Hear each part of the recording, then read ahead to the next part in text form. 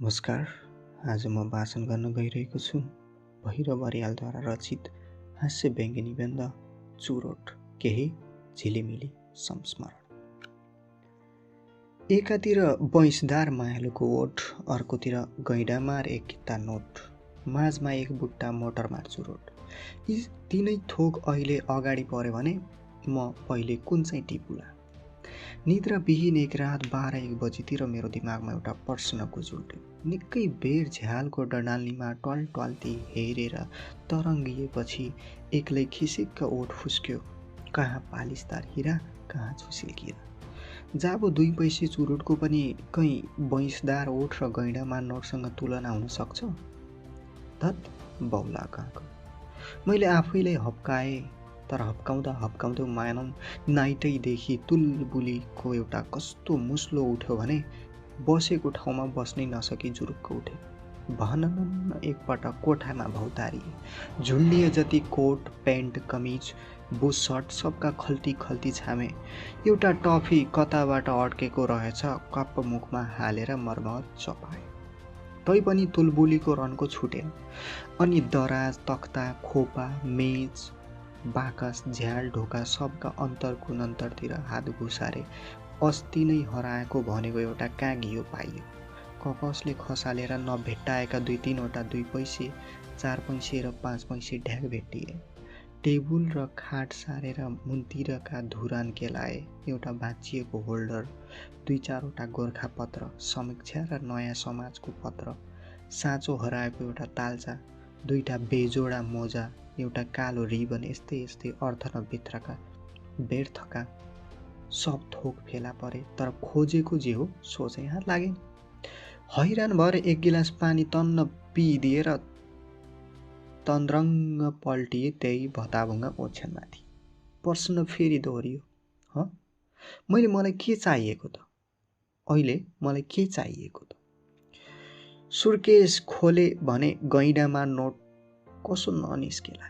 जे भए पनि महिनाको पहिल्यै साताको जागिरदार पो त। बैंसदार मायालुकै कुरा गरौँ भने कमसेकम आफ्नै पर्मानेन्ट त तुरुन्तै अभाइलेबल। यी 2 थोक पाएर पनि यो तुलबुली किन, यो छटपटी किन भनौँ? दाना पानीको, सेक्स पानीको र पानीको प्यास त बेग्लै।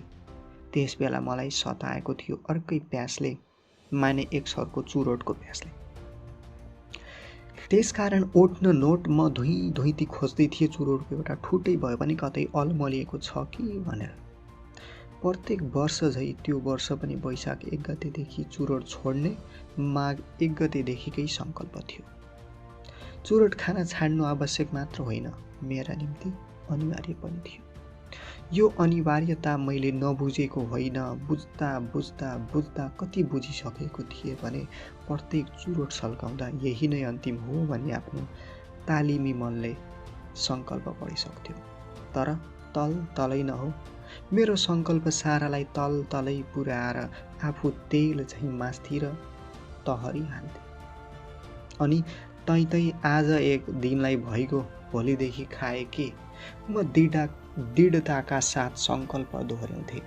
यसै गरी आज एक दिनबाट यो एक महिनाबाट यो बाँकी वर्ष हुँदाहुँदै चुरोट छोड्नलाई नयाँ वर्षको प्रारम्भ पर्खने लुत्रे र झुत्रे तालले कहिल्यै छोडेन। सङ्कल्प शक्तिको यो हीनता जिन्दगीकै क्षीणता हो भनी म नबुझ्ने त होइन, तर बुझ्दैमा त्यो दह्रो भइहाल्ने पनि त होइन। चुरोट र क्यान्सरका सम्बन्धमा कति चर्चा सुनिए, पर्चा पढिए तैपनि चुरोट छोड्न सकिँदैन। अजित भएर 2019 साल चैत्र मसान्तको दिन बेलुका मैले आफ्नो लाइटर फोरफार पारी फ्याँकिदिए। आस्ट्रे किचकाच पारी मिल्काइदिए। बाँकी बचेका 2-4 खिल्ली सहित बट्टा च्याचुत पारी अफालिदिए। लाइटर त नफालौँ भनी बराबर सलाइन नपाएर भोगेका कतिपय सङ्कटको सम्झना उनी दिँदै थिइन्।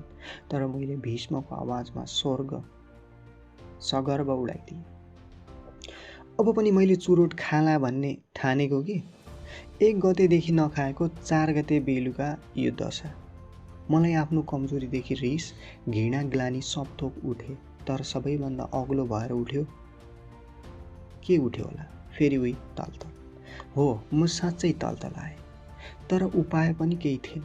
गाउँको घर भएकोले पसल नजिक थिएन। आधा रातमा आधा कोस पर कसले उठाउन जाने? बरु काका कहाँ माग्न पठाउँ एक मसिनो आशा उदायो। तर यति जाबो कुरामा पनि आफ्नो दृढ प्रतिज्ञा अहिले उनको अगाडि कसरी भङ्ग गर? मेरो पौरुष अन्कन आयो। अम्बलले न पौरुष भन्छ न प्रेस्टिज। तत्कालै एउटा घटनाको सम्झना आयो। एक ताका पोखराको एउटा गाउँले स्कुलमा म शिक्षक थिएँ। एक दिन यसै गरी चुरोट खान पाइएन। दिनभर पुग्ला भनियो, बेलुका त ठन्डाराम। भोलिपल्ट तलतलले सबेरै तल ओह्राली हाल्यो। आँगनमा आफू बसेको घरको हली हल्लँदै रहेछ।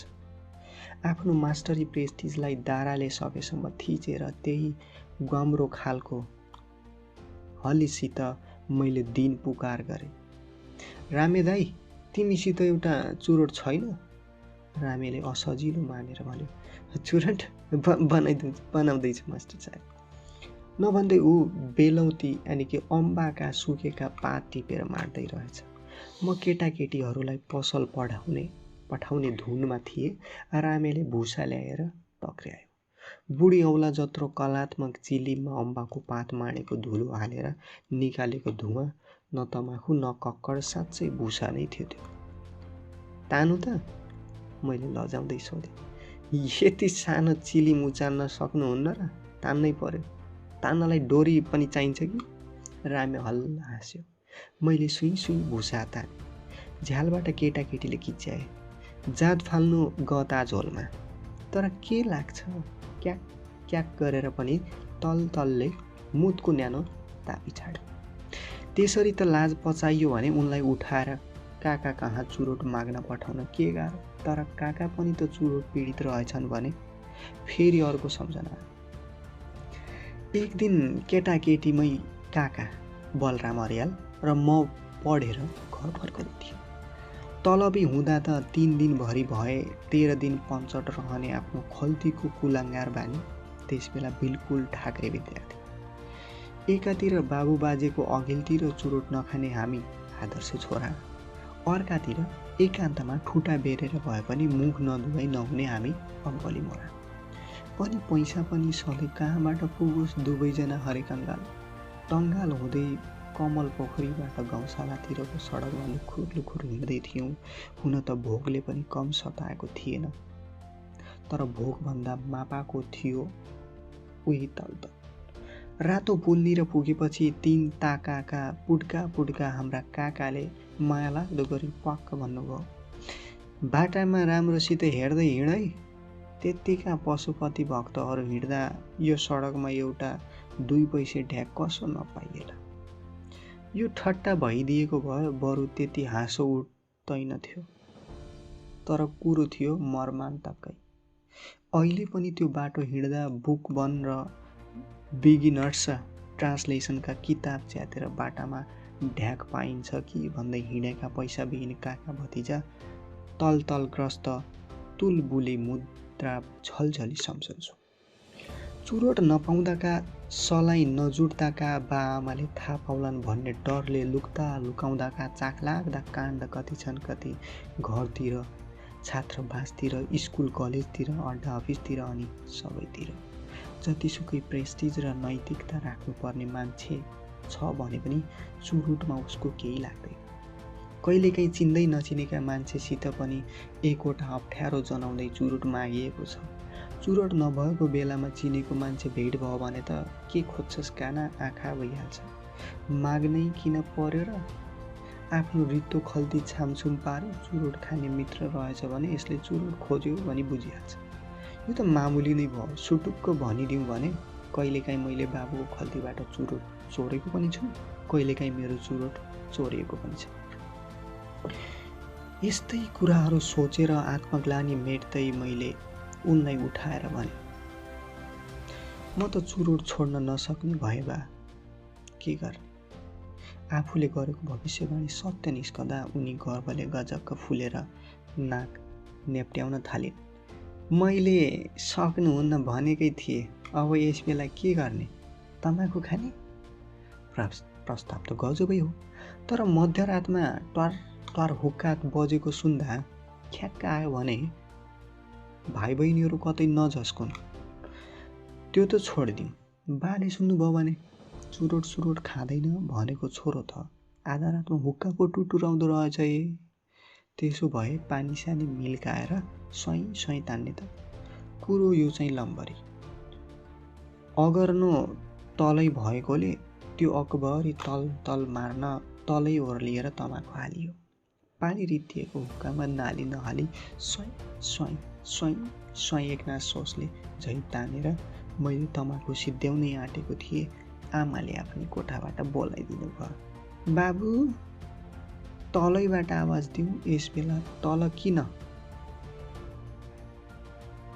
हजुर भन्नुको लागि कोठामा पुगौँ, त्यति छिटो बिराला चालले कसरी भरे मुक्लिन्। आफूलाई फेरि रिङ्गटा लागेर छुट्थे, तर छोरा बुहारी कसैबाट आवाज नआएकाले उहाँले फेरि दोहोऱ्याउनु भएन र मात्रै नत्र प्रतिज्ञा तोडेको अपराधको फल तुरुन्तै फले जस्तो हुन्थ्यो।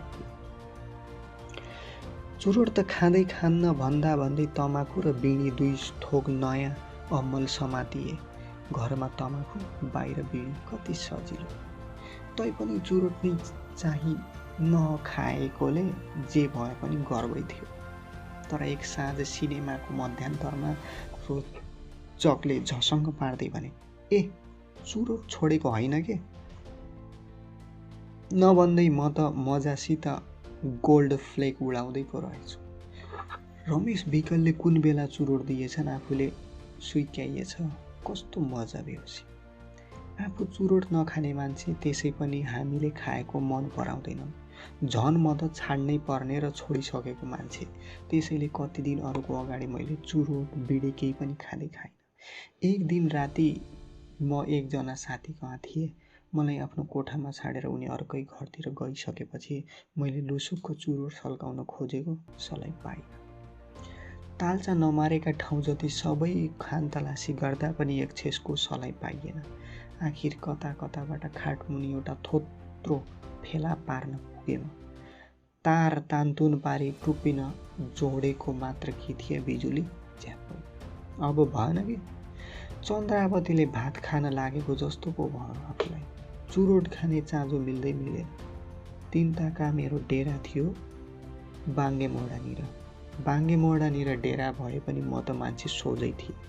भोलिपल्ट बेलुकी 9-10 बजेतिर अफिसको काम र होटेलको मान सकि कोठामा पस्दा त आस्ट्रे लाइटर सहित एक बट्टा क्याप्टेन सिरानमा सजाइ राख्यो।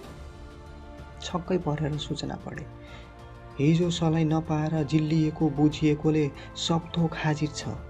भोलि सबेर एउटा हास्य व्यङ्ग्य लेख प्रेसमा हाजिर गराउनु। यो थियो रचनाका लहडकान्त सम्पादकज्यूको आदेश। हुन त महाकवि देवकोटाको चुरोट खुवाई सम्झदा आफ्नो चुरोट खुवाई के हो र? प्रशस्त खाएको दिन साला खाला 2 बट्टा खाइएला। त्यसमा पनि म त सिंहमारदेखि बिरालोमारसम्म जे पनि सरासर चल्ने क्लास पिएन भना थिएँ। तैपनि बढ्दै थियो आफ्नो स्थिति हेरी। त्यसैले छोड्नै नसके पनि घटाउने प्रयत्नमा मैले बट्टाको सट्टा खुद्रा खरिदको नीति लिएँ। तर आफूले नलिँदैमा खान घट्छ भन्ने आश पनि बेकार। बरु आफूले चुरोट तानिरहेको बखत मान्नुपर्ने मान्छेले खोइ एउटा यता पनि भनिदिए भने उल्टो आफैले हिँड्ने ताई अनुभव गर्नुपर्छ। कवि सिद्धिचरण ज्यू र रामराजज्यूसित कसो कसो प्राय यस्तै परेको छ धेरै पटक। आफूलाई खान मन छ, अरूले माग्दा छैन चुरोट पनि छैन, सलाई पनि छैन साथमा कहिले पनि। चुरोट छोड्नै सकेको पनि होइन कहिले पनि। कस्तो दरिद्र चाल। त्यसैले एक दिन मैले अरू विभिन्न प्रतिज्ञाहरूको साथ चुरोट खानु र मान्छे पोलेको धुवा खानु बराबर हो भनी किरिया खाएर कागत लेखे। सही गरे हुक्काले अलमल्याउला भनी त्यो पनि फोरिदिएर शान्त भएर ती दिन गाउँमा काटे, तर पनि केही लागेन। मैले 3-4 वर्ष मासु छोडे, कति दिन नुन छोडे, कति लामा लामा अवधिसम्म आफ्नो अति प्रिय वस्तु र प्रियतमहरू छोडे, तर एक साता पनि धुम्रपानलाई बिल्कुलै छाड्न सकिनँ। मेरो चुरोट समस्यामा सबै साथीहरूको सहानुभूति उब्जन्छ र अफिसमा एकछिन चुपो लागेको देख्दा हाम्रा केदारजी सोध्छन्, दाजुको ट्रान्जिस्टरलाई ब्याट्री चाहिएको जस्तो छ नि। हो, निकोटिनको क्यान्सर हुन्छ, तर सेलाएका बखत स्नायविक तारहरू तताउन निकोटिनको निकै आवश्यकता पर्दो रहेछ क्यारे हामीलाई। साँच्ची नै शिथिलतामा सुर्तीले ग्लुकोजको काम दिए फुर्ती निकालिदिन्छ भने सुर्तीका क्षणको सबभन्दा ठुलो सङ्गाती पनि सुर्तीको धुवा सिवाय केही छैन। यी दुवै कुरा मैले आफ्नो 1 महिना जतिको दिल्ली प्रवासको बखत राम्रैसित अनुभव गरेको छु। त्यहाँ पनि मैले चुरोट छोडेँ। 5 मिनेटमा एउटा ट्याप लगाएको बात नलागोस्, नत्र बाबुराम पौडेल साँची छन्। मैले प्रत्येक दिन चुरोट छोडेँ, प्रत्येक रात चुरोट छोडेँ। त्यसै बेलादेखि मार्क ट्वेनको यो भनाइ साह्रै घतलाग्दो गरी म सम्झन्छु। चुरोट छोड्नु कुनै गाह्रो काम होइन। मैले एक सातामा कैयौँ पटक चुरोट छोडिसकेँ। तर व्यापारीले बातै पिच्छे धरोधर्म भन्नु र मैले सासै पिच्छे चुरोट खान्न भन्नु एकै भयो। तैपनि जमुनाको किनारमा बसेर अर्को सङ्कल्प गरे, अब गङ्गाजीको किनारमा उभिएर पानी छुँदै क्रिया हालौँला। तर बनारसमा पुगेपछि भेट्ने बित्तिकै 4 मिनारका बट्टा तेर्स्याउँदै शिव भट्टराईज्यूले भने, विश्वनाथ बाबाको नगरमा सके गाँजाकै चिलिमले स्वागत गर्नु पर्थ्यो। म पनि पशुपतिनाथ बाबाकै पर्जा हुने। 4 मिनारको कुहिरी मण्डलमा हाम्रो ठट्टाध्यायी गुरु वाक्क लागेर घरबार राजीनामा गर्ने त्यागी महात्यागीले त चुरोट छोड्नुको सट्टा गाँजा समेत उडाउन थाल्छन् भने मैले चुरोट किन्छ। स्वास्थ्यको निम्ति भनौँ भने अब चुरोट छोडेर स्वास्थ्य सुधार्छु भन्नु बुढी वेश्याले आर्यघाट नुहाएर जीवन पवित्र पार्छु भने जस्तै त हो। यस्ता कुरा सोच्दै पनि काठमाडौँ पुगेर चुरोट छोड्ने धोको ठ्याम्मै बिसाएको त थिएन, तर शुभ साइतमा चाहिँ कहिल्यै परेको होइन। चुरोट छाड्ने अर्को प्रयास मैले पोहोर रावलपिण्डीमा पनि गरेँ। त्यसबेला साथी हुनुहुन्थ्यो रूपरेखाका सम्पादक बालमुकुन्द देव पाण्डे र मदरल्यान्डका सम्पादक मणिन्द्रज्यू। काठमाडौँ त्रिशुली सडक जस्तै एउटा पहाडी यात्रामा उहाँहरूले मलाई धेरै सम्झाउनु भयो, तर मैले पो चुरोट छाड्नुपर्छ भन्ने कुरो बिर्सेको कहाँ थिए र। मोटरैबाट चुरोटको बट्टा मिल्काएर भने, लौ त लौ, म चुरोट खान्न। तर साँझ एउटा पार्टीमा भने उनीहरूको आँखा छलेर पनि चुरोट तानी छाडे। म कहिलेकाहीँ त्यसै पनि व्रत बसिदिन्छु। साथीहरू भन्छन्, खाना पनि छाड्न सक्छस्, कस्तो मान्छे। फेरि जाबो चुरोट सल्काउन थाल्छु जब उनीहरू दोहोऱ्याउँछन्, जाबो चुरोट पनि छाड्न सक्दैन, कस्तो मान्छे। अब म यस्तै मान्छे, के गर्ने। चुरोट त म खान्न भन्दैछु, तर चुरोटले चोरेर भए पनि मलाई खाइहाल्छ। हो, सल्य भन्छु, मलाई चुरोटदेखि डर लाग्छ, घृणा लाग्छ, तर म आत्मसमर्पित हुँदै आएको छु यही छुसी चुरोटसँग। यो क्रम कतिसम्म चल्ने हो, म हजुरले कति पटक चुरोट छोड्ने हुँ, त्यो त म भन्न सक्दिनँ। तर फेरि नयाँ वर्ष लाग्दैछ, म चुरोट छोड्दैछु, यो चाहिँ